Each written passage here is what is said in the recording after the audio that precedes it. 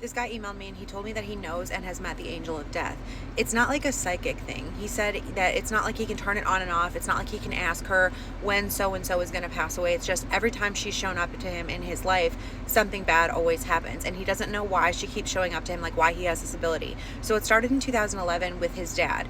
He had just graduated college. He was on the way to visit his dad. His dad lived in, like, I guess not a great area outside of Detroit. Right before he gets to his dad's house, he stops at this gas station to grab some snacks and drinks. And he said his dad loved the Gardetto's rye chips. He says these snacks are like hit or miss at gas stations. Like not everybody always has them. So he gets his snacks, he gets his drink, he goes to the aisle to find these chips. He's standing there staring at the aisle when this woman walks up next to him. And he said he smelled her before he saw her because she just stunk so bad, like something decaying. So he sees out of the corner of his eye that it's a woman. He said he didn't turn to look at her, but he just knew, like from his peripheral vision, that it was a woman.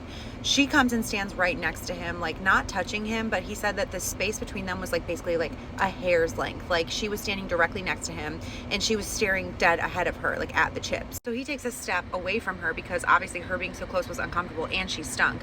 But then he sees where she's staring is where the rye chips are. So he looks at her basically to say, excuse me. She turns to look at him and he said her eyes were so dark, it almost looked like she had no pupils. Like they were really, really dark brown, like almost black. She had really long waist length, jet black hair. He said it looked dirty, like it hadn't been washed. It was matted in some spots. He said he would have put her anywhere between 25 and 35 years old. Like she was pretty, but she was a hard pretty. Her face looked old, not in age, but just that she had lived a hard life. Like she was a hard pretty, if that makes sense. She was wearing like baggy clothes, nothing flashy. He says, excuse me. She takes a step back. He grabs the chips. He's standing in line to buy the chips and then he smells that scent again and he realizes she's standing right behind him. He said he's like not trying to judge her, but he just assumed that she was like an unhoused person because again, it was not a great area and that wasn't uncommon for that area. So he goes over to his dad's house. They hang out for a couple hours. He leaves. So that night he gets a call from his older sister because his dad had a massive stroke and was in the hospital. He eventually passed away from that stroke. When this happened and when his father passed, he had no connection in his mind about seeing this woman and then his father passing. And it didn't make sense until later because 2 years after that, he was on a train going to work. He was living about 1,000 miles away from where he grew up in Michigan, so different city.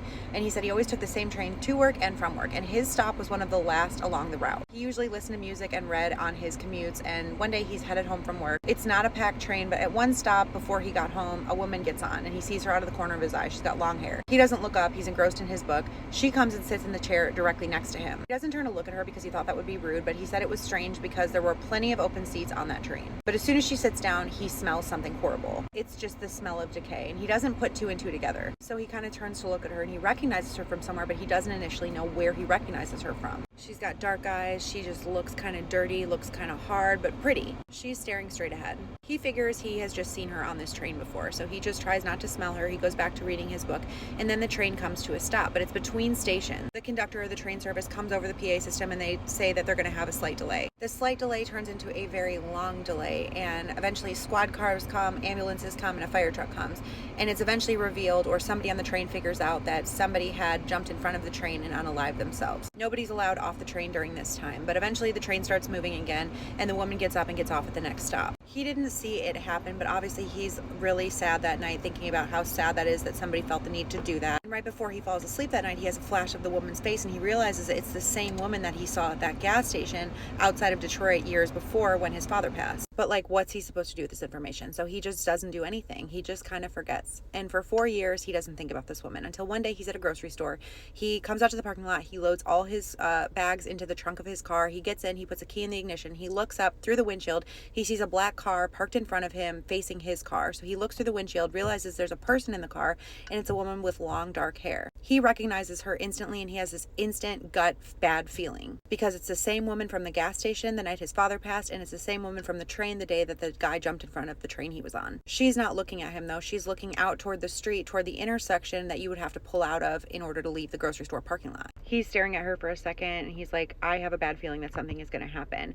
And he feels like he just can't look away from her. But eventually he pulls out of the parking lot, gets in line basically to turn out onto the street. It's a heavy traffic hour. The car in front of him stalls for a minute trying to turn out and then eventually pulls out and is immediately T-boned by a big pickup truck. The car is pushed a few yards down the street. He sees the airbags go off. His heart is in his stomach and he pulls around it and calls 911. He says he has no way of knowing what happened to that driver, but something in his gut tells him that it did not end well. He says he's aware that he could have looked it up, but he just didn't want to. And over the next 2 years, he saw her twice more. Once before a fire broke out of the office building that he worked next door to, and another time before he saw a man collapse on the street. And he starts becoming obsessed with seeing her and finding out who she is. He scours online forums, can't find anything. And in 2022, he may have gotten the answer that he was looking for. He was in Arizona on a business trip. He said that they had provided him a rental car and he was driving late from the conference center back to his hotel. The highway was nearly deserted at this hour, and he's driving pretty much alone, and he sees a figure standing on the side of the highway, and he said he knew it was her before he even looked, but there she was, standing just ahead under a streetlight in the distance. So he's like, enough. So he pulls over. He said he left the car running. His hands were shaking as he gripped the wheel. He gets out of the car and he walks up to her. He's like shaking. He's scared, but he's like, who are you and why are you following me? She's staring dead at him. She doesn't say anything, but she turns to look down the road and she just points.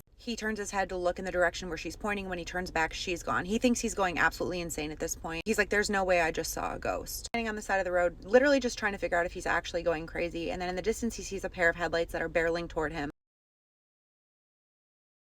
The headlights are barreling toward him at an alarming speed, and right before it smashes into the rental car, he dives out of the way and over the median into like the desert. His car was absolutely demolished, took all of the impact, and he had a few scratches from jumping over the median, but nothing serious. As he was laying there, that she had not come to take him, but to warn him, but he has no idea why. He said since that night in 2022, he has not seen her, but he thinks of her often because he's not sure if she's a savior or someone who brings doom with her. He knows that he'll see her again and that he can't shake the feeling that one day she will be there to take him. But he said he wanted to share his story anonymously because he doesn't want anyone that he knows to think that he's crazy, because he knows that this is real and that it's something that he's absolutely experienced. But he said he wanted to share his experience because he was curious if anyone listening has had a similar experience of seeing this woman or knows who she is. And if not, he said maybe somebody knows why he has this ability to see her when other people don't. Keep sending me your spooky, scary stories. I'll keep adding them to this playlist.